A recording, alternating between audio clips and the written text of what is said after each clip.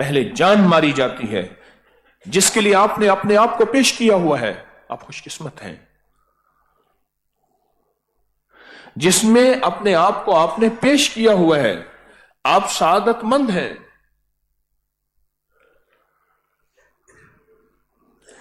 پہلے اترے گا زنگ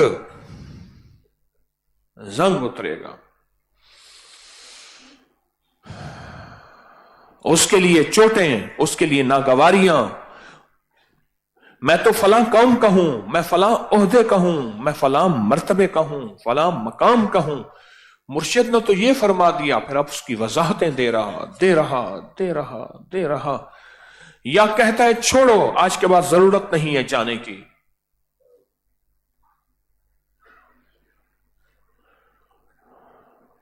یہ ساری زندگی ایسے رہے گا. اور بلکہ ایسے نہیں، حالات، سختیاں، نظام، بیماریاں، دکھ، معاشی نظام، فائنانشلی کرائسس کی شکل میں یہ ساری زندگی انہی حالات میں رہے گا. جو روح کی دنیا کی چوٹیں، جو طریقت کی دنیا کی چوٹیں برداشت کرے گا، کبھی روحانی خدمت دے دی تو اس روحانی خدمت کو اپنے لیے سعادت سمجھے گا، کہے گا یہ روح کی خدمت ہے، روحانی خدمت ہے. اس میں وضاحتیں نہیں مانگے گا. پھر آئے گا ڈھنگ کہ فقیری اور درویشی ہوتی کسے ہے اور چلتے کیسے ہیں. فقیرہ فقیری بڑی دور ہے، ایویں میں اچھی کھجور ہے. پھر فقیری درویشی، اس کا ڈھنگ آئے گا، اور یہ چلتا رہا. پھر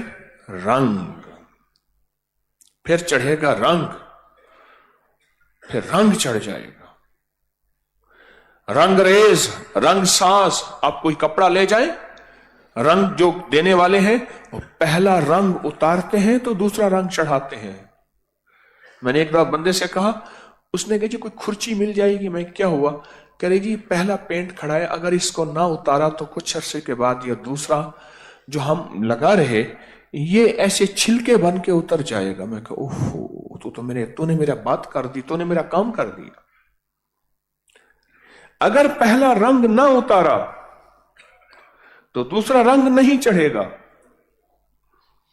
کچھ لوگ ایسے ہوتے ہیں جن کو مرشد روحانی توجہ دیتا ہے، روحانی خدمت دیتا ہے، یہ وظیفہ کر، یہ عمل کر، اور اس مقصد کے لیے کر، اس توجہ کے لیے کر، اس روحانی توجہ کے لیے کر. وہ ان کے لیے عروج کی انتہا ہوتی ہے کہ وہ نظروں میں آ گئے. وہ ان کے لیے کمال کی انتہا ہوتی ہے، عروج اور کمال کی انتہا ہوتی ہے ان کے لیے. اگر اس موقع کو انہوں نے کیش کر لیا، ساری عمر خود بھی اور نسلیں بھی عیش کریں گے انشاءاللہ. اگر اس موقع کو کیش کر لیا اور اس کی 100% قدردانی کر لی کہ میں انفرادی توجہ میں آیا اور مرشد نے میرا انتخاب کیا.